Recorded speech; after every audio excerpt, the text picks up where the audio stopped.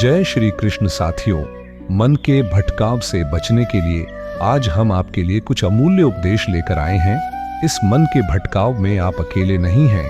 भगवद गीता में भगवान श्री कृष्ण ने अर्जुन को मन को नियंत्रित करने के लिए ज्ञान दिया है।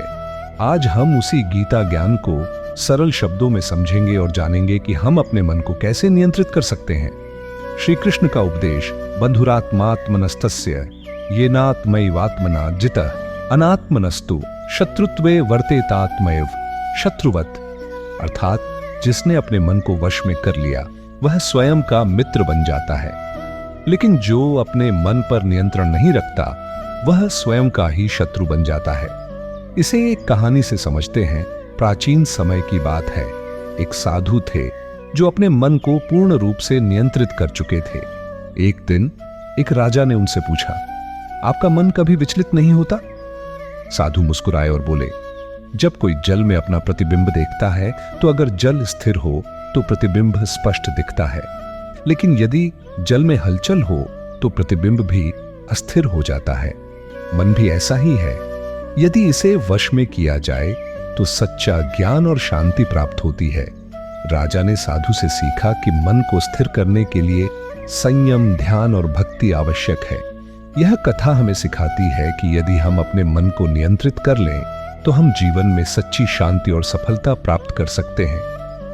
मन को नियंत्रित करने के लिए गीता के उपदेश भगवान श्री कृष्ण कहते हैं कि मन को शांत करने के लिए ध्यान और स्मृति बहुत आवश्यक है। यदि हम रोज 5 से 10 मिनट ध्यान करें तो हमारा मन धीरे धीरे स्थिर होने लगेगा। कर्मयोग, जब हम निष्काम भाव से कर्म करते हैं तो हमारा मन व्यर्थ की चिंता और भटकाव से मुक्त हो जाता है। गीता में कहा गया है, कर्म करो, फल की चिंता मत करो। जब हम सिर्फ अपने कर्तव्य पर ध्यान देते हैं तो मन स्वतः ही नियंत्रित हो जाता है। इच्छाओं पर नियंत्रण मन को नियंत्रित करने का सबसे बड़ा मंत्र है। अपनी इच्छाओं को सीमित करना। जितना अधिक हम अपनी इच्छाओं पर नियंत्रण रखेंगे उतना ही हमारा मन शांत रहेगा।